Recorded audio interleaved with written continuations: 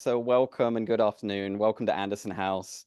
I have the great pleasure to talk about this bowl, which I was able to acquire for the museum in the last 6 months. I think I want to say it's early summer that we acquired this.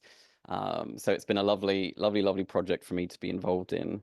And hopefully, as I talk about the bowl and its importance and in all sorts of different ways, that will maybe make sense as to why I love our little bowl.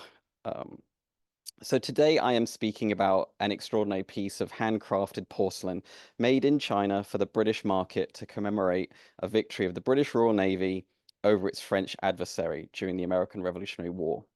It is an example of the interplay of Chinese craft with international markets, and yet is also an artifact that depicts battle at sea that formed part of a much larger and vicious struggle for empire.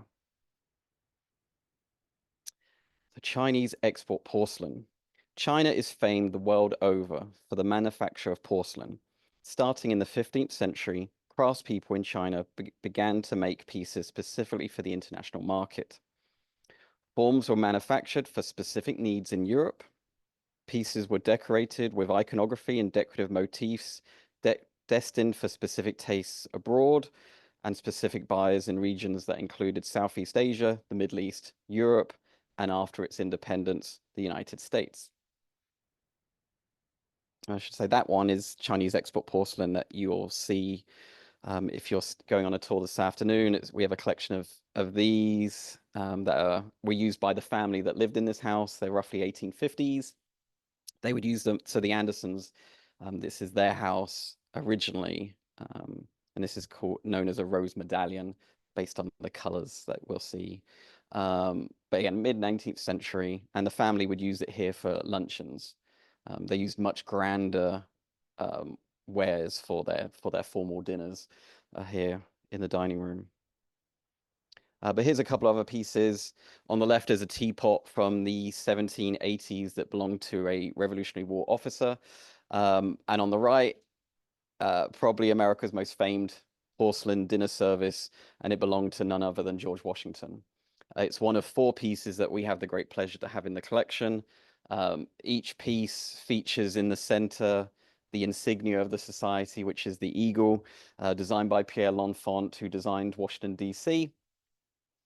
I know, quite casual, yes. But there was about 302 pieces that formed that collection.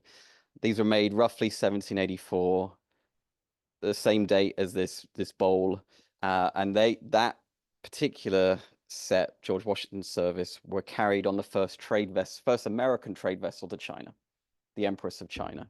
So the entire history of American and China trade relations goes back to that dinner service. That's what we like, this layering of history, Chinese-American trade relations, George Washington, and just exquisite craftsmanship from China. A definition of porcelain, because you may be wondering. I have one that comes from the Oxford Learner's Dictionary. From the mid-16th century, the French knew it as porcelain. The Italians called it porcellana, which comes literally from cowrie shell. And this is thanks to the translucent quality that we see in true Chinese porcelain, and that it being reminiscent of the cowrie shell. But what exactly is porcelain? Well, porcelain is made from a mixture of white clay, known as kaolin or China clay, as it's sometimes known, as well as minerals, usually consisting of at least quartz plus a feldspar. This mixture is then worked on a potter's wheel or placed within a mold and then fired in a kiln. And these are fired at extremely high temperatures, usually around 2200 to 2600 degrees Fahrenheit. Depending on the desired outcome, artisans would decorate the piece by hand with mineral-derived paints, enamels, and gold leaf, and if needed, would return the piece to the kiln for additional firing. The firing would influence the desired colors of the pigments. So depending on the amount of firing and the temperatures involved, it would play with the minerals within those pigments. Some pieces were known to be fired up to 5 times to get the desired results. And then, of course, at the end, you put a glaze on, which helps to protect the design. Porcelain is prized the world over for its often translucent appearance, which I mentioned a little bit, its durability, and being non-porous. The scene here is a woodblock print from the Victoria and Albert Museum in London from the 19th century, showing you artisans at work, particularly making the pieces on wheels and forming them from the clay. In the main, porcelain was produced in Jingdezhen and still is. It was then transported roughly 900 miles to Guangzhou, which was typically known historically by Europeans as Canton, and Canton or Guangzhou is on the south coast of China, and this is where they would decorate the pieces and then ship them to wherever needed. And this second woodblock print, also from the V&A, shows the hand decorating that would have happened in Guangzhou, sorry, Guangzhou. Now, for the European market, it was quite often that they were asking for pieces that maybe Chinese craftsmen didn't know anything about, particular forms, for example. So Europeans, and I know there's some Dutch examples where they would send wooden models of things like candlesticks that then the Chinese craftspeople would turn into ceramic or porcelain. In other instances, which is as time goes on, becomes more normal, the form was known, but the decorative design would be produced to order. It was particularly popular for European nobles, for example, to acquire porcelain dinner services that featured their coat of arms. But now our punch bowl in particular. Now, the bowl, certainly for you here and afterwards, by the way, you in person, you can come up and certainly look at the bowl and we can talk about it further. But hopefully for you online on Zoom, we'll have some good images that will really give you a good sense of what it looks like, but perhaps not the size. Certainly it has presence, and you can imagine this on a sideboard in a grand townhouse in London. And indeed, that's what it was intended to do. And they are punch bowls, so they could have been used for that purpose. Thankfully, ours saw very little use and it's in wonderful condition. And to give you an idea of the scale, it's just under 16 inches in diameter. Height-wise, we're looking at just over 6 inches from the bottom of the foot to the edge of the rim. Here's a detailed shot of a portion of the front of the piece, and almost the entirety of the first half of the bowl on the outside is hand decorated with this depiction of the Battle of the Saints. The rendering in particular is based on an engraving that's held in, at least the only one I've found thus far is in the Royal Collection, and it is known as The Morning of the 12th of April, 1782. Has a much longer title, but that's the shorthand. And this was completed by engravers Francis Chesham and John Peltro after an oil on canvas painting by Robert Dodd. The individual that arranged for these bowls to be decorated would have either brought with them to China a copy of the engraving, or they would have arranged for a merchant to go on their behalf. And then from that engraving, they would sit there and make it and hand decorate the bowl, using the engraving as effectively a cartoon. The engraving itself is dated 1783. It would take approximately a year to sail from Great Britain at the time to China, allowing, say, 6 months for the work to be completed by hand, and then come back to Britain. We're looking at the earliest, it being completed in the late months of 1784. These next couple of slides are taken just up in our office, and they give us a better look at the design of this bowl, particularly the Battle of the Saints depiction, which is quite lovely. Oh, and there's the engraving to give you context. I knew I'd forget that, but yeah, that's a detail of the engraving. The only thing missing is a lot more sky, and that's not terribly interesting. So I wanted to really zone in on the detail to really show you how so much has been copied. And the engraving itself is very detailed, and it's quite extraordinary then what is put into this painted scene that we see on the bowl. So here's some scenes going from left to right, going into detail. You've got all this wonderful cannon smoke, which if you read any descriptions of battles at sea at this point, that really plays a part, normally quite negatively in terms of what's happening at sea. But we go through here. Here's a detail looking at one of the stern of one of the British ships. You can see the British ensign there, wonderfully detailed, and all the individual sailors there running around deck. which is just quite extraordinary. These measure just millimeters across each one of these men. And then a continuation. And they have this wonderful hand-painted gilt border that differentiates the bowl to the design of the battle scene. Then the reverse of the bowl has this cartouche that's surmounted by a bow. Within the cartouche are painted the words "Breaking of the line on the ever memorable 12th of April, 1782." Now, this is a reference to HMS Formidable, the flagship of Admiral Sir George Rodney of the British, which during the Battle of the Saints passed through a gap that was formed in the French line. We'll come back to that later. Aside from these two extensive pieces of decoration again on the front and the back, the bowl features further gilt and enamel border decorations on the rim and on the foot, and a painted and gilt foliate feature in the center of the bowl's interior. And for those of you in person, you'll be able to get a better sense of how that all comes together. And I should say there are no maker's marks present anywhere on the bowl. This bowl is one of around 10 extant examples that I am aware of. I know of one held in private hands here in the US, whereas the other 9 examples I know of are all held in British institutions.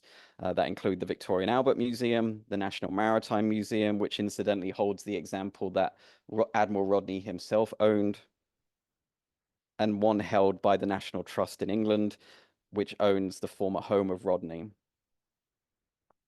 It is not known who commissioned these bowls or for whom they were intended, though one extant example in the National Maritime Museum in London does feature a coat of arms that belonged to a British captain who captained one of the ships at the Saints.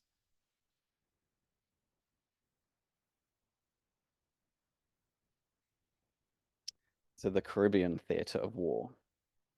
In the 18th century, the Caribbean was for France and Great Britain the goose that laid the golden egg, though instead of eggs, the primary product of importance coming from the West Indies was sugar.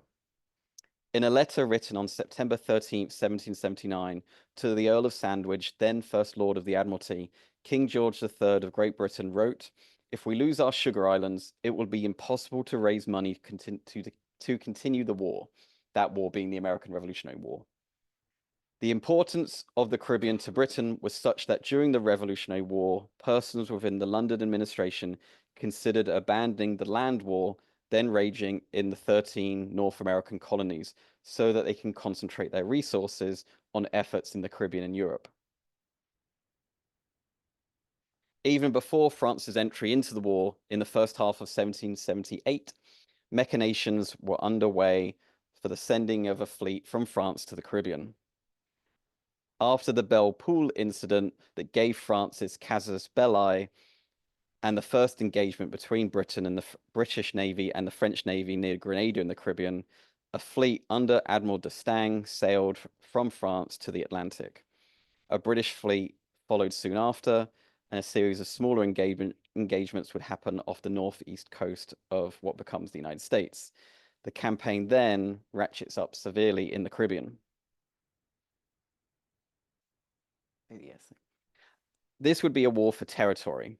The British take St. Lucia, the French take Dominica. As each campaign season came and went, the two powers would move military assets to the West Indies and back to Europe with the aim to gain naval dominance and acquire land. Upon occasion, the French would send assistance to their American allies on the North American mainland, but this was certainly not the main of what they were doing. The French from 1778 began discussions with Spain to have them come into the war on their side, along with the Americans, who they were already fighting with. Of particular interest to France was the Spanish ships of the line. Together, the Franco-Spanish navies would numerically dominate the British. In June of 79, Spain would enter the war against Britain. In the wake of British defeat at Yorktown in October 1781 in Yorktown, Virginia, and the majority of its possessions in the Caribbean now being seized by France, Britain was in a most desperate situation. France and Spain then began to plan their strike at the final major and most lucrative British possession in the Caribbean, this being Jamaica. The Allies, with a combined fleet, which included an invasion force consisting of something like 20,000 soldiers and a siege train of artillery. This was acutely a fear brought to life for the British. The loss of Jamaica for Britain would be a catastrophic occurrence.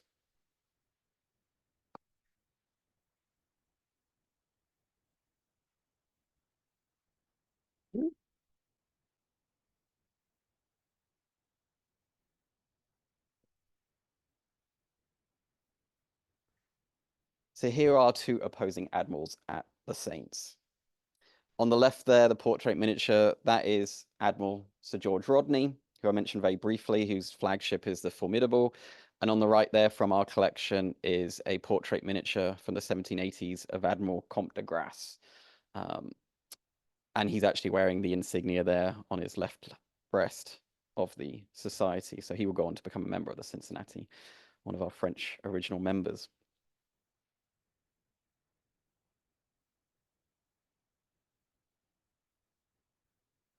So here, an overall map from 1782 of the Caribbean. What's quite fun is it has in parentheses over each island who owned it at that specific point, which is quite fun. I guess fun if you like empires, but anyway, more on that later after the talk. Anyway, I guess that's why we're all here, because they did this. But anyway, so the Saints, or as the French knew them and still do, because it's a French part of it's part of the French Empire to this day. The Ile de Saints are an archipelago that sits just between Dominica and Guadeloupe. And this detail here shows this. The green there in the center is Guadeloupe. Far to the south, that pinkish landmass is Dominica, and in between there's two little pink islands, and that is the Saints. So a very, very small part of the world that then becomes synonymous thanks to what happens a little bit later. In January 1782, a French military force take the islands of St. Kitts and Nevis. Almost at the end of February, Admiral Sir George Rodney arrives in the Caribbean. It's been important to note he wasn't really involved in the Revolutionary War to that point due to a variety of ailments. But here he comes to take command of the British Navy in the Caribbean. He brings with him a further 12 ships of the line, bringing the British total in the theatre to 36. On March 20th, two additional French ships of the line reached de Grasse in Martinique, one of the French major bases in the region. The French fleet then amounts to 33 ships of the line. So 33 against 36. And here we get a little comparing of the fleets. The British, again, have 36 ships of the line. They are crewed by 21,361 men, carrying just over 2,500 cannon. That many cannon is like nothing land armies could imagine. And 20,000 men on land during the American Revolutionary War never happens, except for Yorktown gets close because of the French. The only place you really see that kind of amount of people fighting is at Gibraltar, which is the largest land battle of the Revolutionary War. And yes, I got Gibraltar into today's talk. More on that on YouTube. So it gives you a little idea. What I'm really trying to show you is just the scale, because these fleets are a huge undertaking. Only three, arguably four powers in the world can amass such fleets at this time. Each ship, if you're looking at a ship of the line, they're the major warships. If you're looking at at least the middle ranking sizes that are maybe 74 guns, that's maybe upwards of 800 men on each ship. You're looking here at 33 ships with the French, 36 with the British, roughly 40,000 men. And ships at this time are the most complicated man-made machines on Earth. And for the governments in question, they are the most expensive undertaking. Huge amount of resources are going into them. For one 74-gun ship, it takes about 6,000 logs to produce it. Something like 25 miles of rope. Anyway,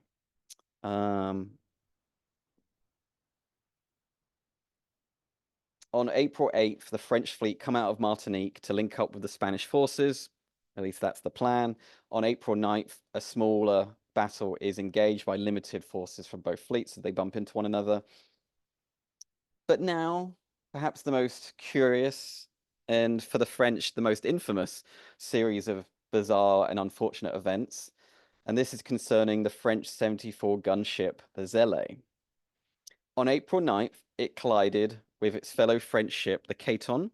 The Caton has suffered such damage it has to sail out of the area for Guadeloupe for repair. On the night of April 11th, the Zélé collides with a second French ship called the Jason.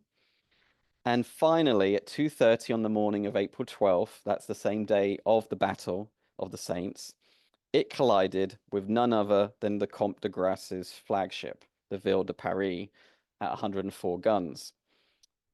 Now, due to these series of 3 incidents, 3 warships will be removed from the French fleet. They all have to get out of the area back to Guadeloupe for repair. So suddenly, de Grasse's fleet has gone from 33 ships to 30. Then the unfortunate Zélé is seen by some of the British scouts leaving the area, and the British take chase. De Grasse sees this and brings his French fleet to engage with the British. And de Grasse did not want any of this to happen. He did not want an action. He wanted to avoid it. His job, under his orders from France, was to get to the Spanish forces and take Jamaica. They had no interest in waging a battle with the British, whereas for the British, their incentive, as it largely is in this period, is to get up close to the French and fight. That's what they're there to do. So now the battle is about to be waged. This first contemporary print shows the 2 fleets, and what is, to give you a little bit of context, to give you your bearings, left of the image is going north, and then from the top of the scene is actually the wind direction at the time, and the top right is Dominica. So it takes a little moment to kind of get your bearings. What you have here is the French fleet is the fleet to the northwest of this scene, northwest of the center, and then coming along to the bottom right is the British, and the little confused mass of British at the bottom is actually the rear guard of the British getting into line, which all of that takes hours. Extremely complicated. Which, to be fair to the Zélé, that's why they were particularly unlucky, but it's not unheard of to have these collisions because it's so very complicated to move these ships. In the age of sail, they're having to fight the wind, the tide, as well as the mistakes just happen with hundreds of crew on a ship, as well as then having to pivot around what your enemy are doing. So what you have in this day, it's usual, the done thing was to bring 2 ships abreast of one another, so they would fire their broadsides. So they're called broadsides because it's the broadest element of a ship is the 2 sides, and the idea, the typical tactic of ships like this, and this is why we call them ships of the line, they face off against each other like this, and that's so you can bring most guns to bear, and it avoids any complicated situations of outflanking one another. That's the typical narrative that the navies were largely quite conservative up to this point, though there were some exceptions throughout the 18th century and late 17th century. Anyway. Now, you may remember on the back of the bowl, it mentions the breaking of the line on the 12th of April. This illustration, which is showing the battle at roughly 10 o'clock in the morning, the battle had begun about 6:30, 7:30. But by about 10 o'clock, the wind suddenly changed, and both the British and French fleets are very much taken aback. It forces the 2 fleets to lose cohesion. With the French, this opens up a series of gaps between their ships. And what happens is HMS Formidable, which is the flagship for the British under Rodney, manages to sail through the first gap. Seems largely by accident, though there's a lot of argument whether or not this was Rodney that commanded this, or actually a man called Douglas, who's a very forward thinker. And Rodney himself, there's accounts before this battle where he starts to think about the idea of breaking the line. And if anyone's familiar with Nelson at Trafalgar, that's what he does to great acclaim. But he certainly, that was his plan. And Nelson, in many histories, it's sometimes seen that Nelson was following in the tradition of what Rodney is establishing here. But in today's age, it's seen from the evidence that it's probably an accident, but a fortunate accident, and that certainly goes along with naval wars in this period, to take advantage of what happens to your enemy, which Nelson, to bring up that man, he does to great acclaim many times. So with the Formidable going through that first gap, 5 fellow British ships follow on because the norm to do was to protect your flagship. If your flagship goes, because signaling is so hard and complicated in this period, and it's often that the signals that would tell your colleagues what to do, they would get hidden by smoke. Even sunlight could block out the vision of seeing these things. There's no sunglasses to help see these things. And so you would follow the lead of your admiral. And so 5 ships close to Formidable follow on suit. So they break through that gap in the line. Then a second gap in the line of the French opens up further down the line, and a further grouping of British ships go through, and a third gap where at least one British ship breaks through. Now, why does this all matter, this breaking of the line? That is the key question. What this all is about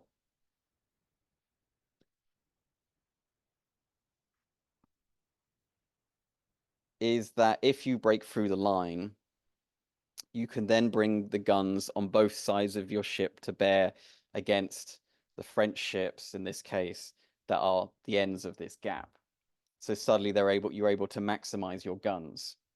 And also, while doing so, you're hitting the bow of those ships, which is the best place to hit because then the cannonball goes straight through the length of the ship, and they maybe only have a couple of guns to fire back at you because most of their guns are again on the broadside. And that's because of all sorts of weight distribution matters and also just effectiveness and lines of sight, and sailing capabilities and all sorts of things. So that's one part of it, but also, and the illustration shows it a little bit, once you break through, then you can come around and hit the flank of those French ships. It doesn't always end in a happy way, but in this instance it does, because it can then backfire on you. But if it all goes according to the plan or according to the accident that you've taken advantage of, that's the ideal situation. But also for the French, they lose cohesion. They can't see each other as easily. They can't talk to each other. And so things start to break down. The British take advantage of this initial chance of luck. As the hours pass by, the British take advantage. They're able to engage with multiple of their ships against fewer numbers of the French. So that's again because of this advantage of kind of outflanking the French in this instance. They can bring more guns to bear. At one point, the Ville de Paris, the French flagship, is surrounded by 9 British opposing vessels. And so one by one, the French ships start to capitulate. And at sunset, the Ville de Paris itself, where de Grasse, according to one account, is the last of 3 men to be seen aboard his vessel on the deck, on the top deck, unwounded. And he gives the order to strike the colors, which means to surrender his vessel. After the French flagship is surrendered, the other ships don't capitulate, but they lose stomach. Their heart has gone out of the fight and they start to retire.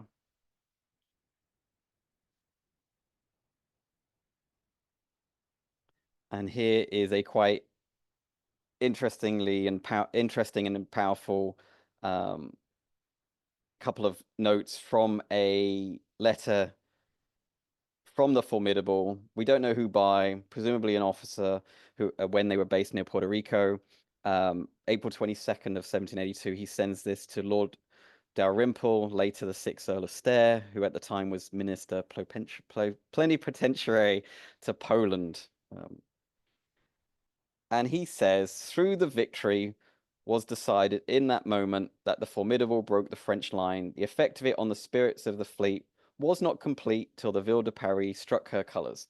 The thrill of ecstasy that penetrated every British bosom, it's good stuff, this, in the triumphant moment of her surrender is not to be described.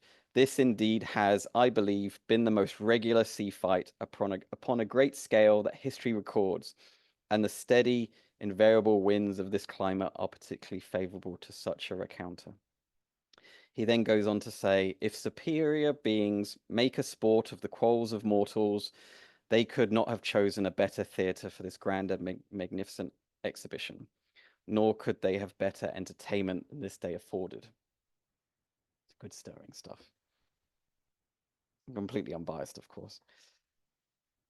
The aftermath of battle. In the immediate aftermath, the French retreat, but to the chagrin of Rodney's second in command, Vice Admiral Samuel Hood, the British do not chase. Now, this becomes a point of contention up to this day. Should the British have gone on to really defeat the enemy in detail? But Rodney contemporaneously talked about him not having the energy to carry on. And in fact, if the British were to chase, they had maybe only 14 ships in a suitable condition to do so. Altogether, the French will lose 5 ships captured, 1 sunk, and in terms of captured ships, this includes the French flagship, which was a huge coup for the British at the time, and that, of course, means they're taking Admiral de Grasse prisoner. He'll end up being taken to London. He'll meet King George III, and he actually has quite a good welcome, because it's all very gentlemanly, of course. If you know about Yorktown's aftermath, that's just what you do, at least if you're British or French. And the British, I should say, don't lose a single vessel. In terms of casualties from the fighting on the 12th, as well as that smaller skirmish 3 days prior, the British suffer about 230 officers and men killed.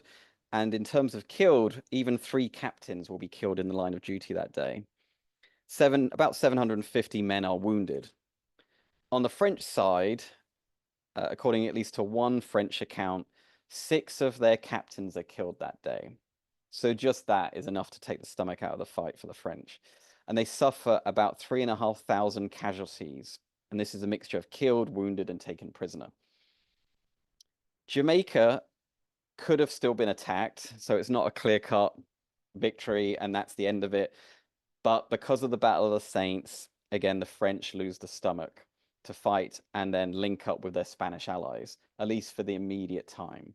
A second attempt was planned by the Spanish and the French to take, or at least attempt to take, Jamaica, but the Peace Treaty of Paris is decided before this can happen. This is a huge morale booster for the British establishment and public alike, and it potentially helps the British hand at the negotiating table that ends the war.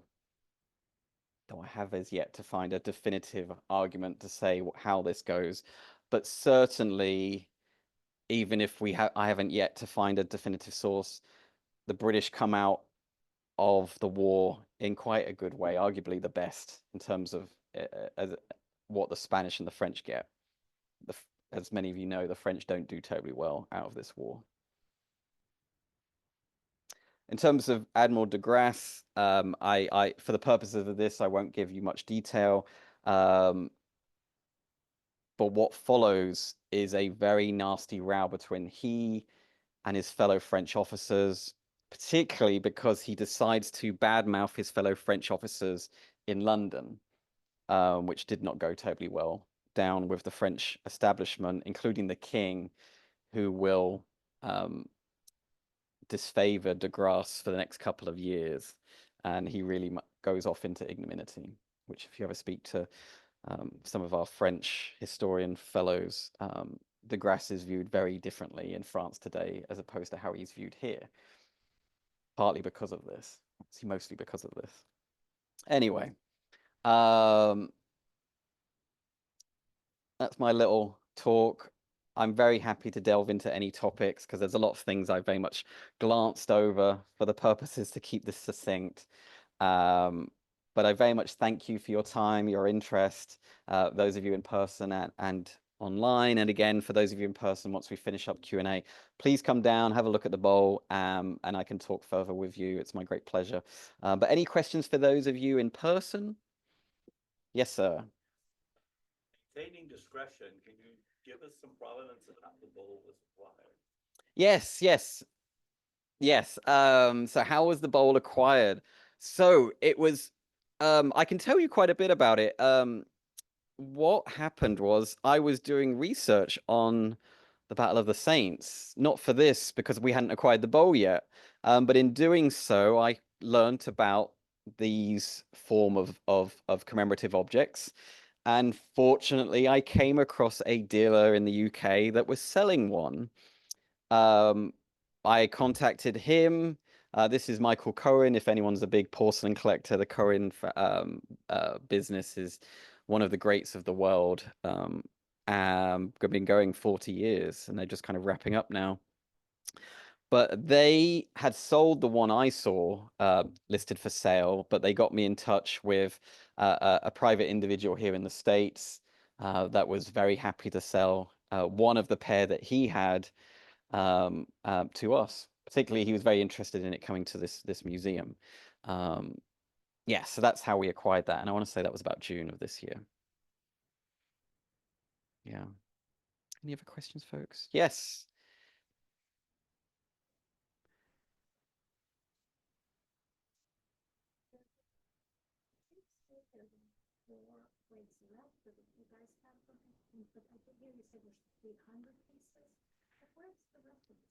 A very good question. So the question was regarding George Washington's dinner service, his porcelain dinner service. So yes, so we have 4 pieces that remain from that 302 set. The others are distributed really around the world. The Washington family in the 19th century sold a lot of them off from the estate at Mount Vernon. Some have been acquired back by Mount Vernon. Others are in the collection of the Metropolitan Museum in New York. Winterthur in Delaware has, I think, the largest collection of this service. But they're all over the place today. Um, and they vary from the plate that I showed, which seemed to make up the majority of the collection, to platters, which we're fortunate we do have one of the platters, and a couple other pieces as well. But they're very, very, very special. Yes. And some, I think I want to say Winterthur's, and I may be completely off the mark, just from memory, I want to say there's maybe 150 known to exist, something like that, globally that are known. So yeah, there's many that are unaccounted for today. Yes.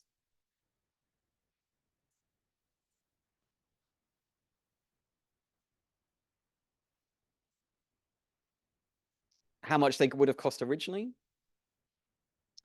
So I can only be very vague in terms of how much they would cost now. George Washington's name fetches a premium, so they are many more, much more expensive to acquire as opposed to this bowl. I'll just say that. I don't know how much they cost. Oh, I think we do know how much Washington's set cost him, but I forget off the top of my head. It's on the National Archives website, has it, because there's an original letter where George Washington addresses an individual to basically go and buy these for him. So his set weren't designed and produced for him specifically, but when Washington finds out about them, he eventually has them bought for himself. He sends off a man and basically says, "I must have them," and so he acquires the entire collection. Um, and then some of our other officers acquire tea sets. About a dozen Massachusetts officers out of the Revolution will acquire tea sets. We've got a couple of those pieces. Those are lovely because they have the initials of the particular owner. So, for example, we have some of Benjamin Lincoln's pieces. Lincoln is the man that takes the sword of surrender at Yorktown. So big name. And we also have some of Samuel Shaw's. Shaw is the man that commissioned all of the Washington and Massachusetts tea services to be made, and he would be the first consul from the US to China in history. So he worked in what they called the China trade. And if you go on the tour this afternoon, you can see an example of Washington's service on display, as well as Benjamin Lincoln's tea saucer. Apparently, he loved tea. Anyway, any other questions, folks? Great. Any questions from Zoom?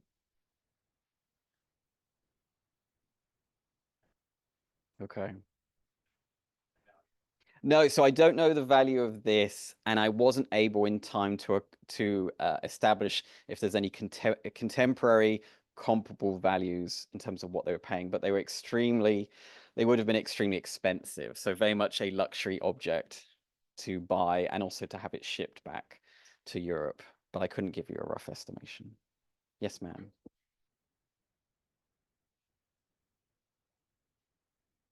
Mm-hmm. Yes.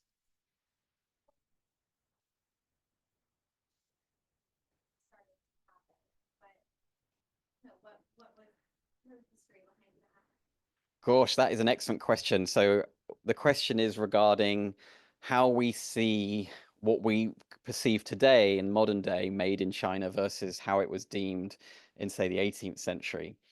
I can only answer that partly because I'm not enough of a modern historian. Um, Interestingly, I would argue some of that's changed in recent years to go back to maybe some of the more luxury or desirous objects. But again, because how it's can be mass produced to scale, it can anyway. Because like think electric cars, they're able to compete much more against Tesla. But in America right now, we're not really seeing that. In Europe, we're in Britain, for example, there's lots of electric cars from China coming into the market as popular as Tesla is here. But anyway, we haven't seen that here yet because I think of a range of restrictions. But anyway, that's my own little aside about Chinese and European and American trade today. Um, I certainly what happens is I can give you more context in terms of 18th and 19th century. End of the 18th century, the British and Europeans start to establish their own porcelain manufacturers, and they are able to replicate to a degree the quality seen in the Chinese porcelain. It is different, but it's able to be comparable to a degree. So you get the likes of Meissen, we'll have Wedgwood, and many other great names in France and Germany. Um, and so the Europeans, their interest starts to wane on the Chinese porcelain. But in the United States, once that becomes independent, they want everything Chinese because that historically was the prestige. Um, and it still remains so within American circles of buyers and within the elite. In the 19th century, broadly speaking, globally, that interest in Chinese porcelain does wane. So outside of Europe included. And then eventually you'll start seeing the great interest in Japanese objects, especially after the opening of Japan, I should say so-called opening of Japan in the 1850s. Um, yes, and then eventually, because of all, especially the British unpleasantness in China, China basically just loses all kind of capability and quality. And eventually it just gets torn apart by everyone trying to have a piece of the pie in through to the Boxer Rebellion, and then World War One when Japan starts the invasion of China. Um, yeah, so that only kind of answers it a little bit, but maybe it might spur some interest in others to really delve into that, because again, I only know a little bit of that story. But yeah, excellent question. Something, and I think that's the thing. It's we think about made in China, but also the word China. Why do we call dinnerware China? Is because it all goes back to this extraordinary craftsmanship in China that evolved over thousands of years.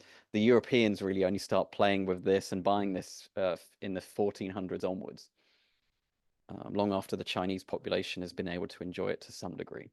Again, because it was only the elite that were buying in China to a large extent. Any other questions, folks? All right. Well, thank you. I think that draws to a close. Thank you so much, folks.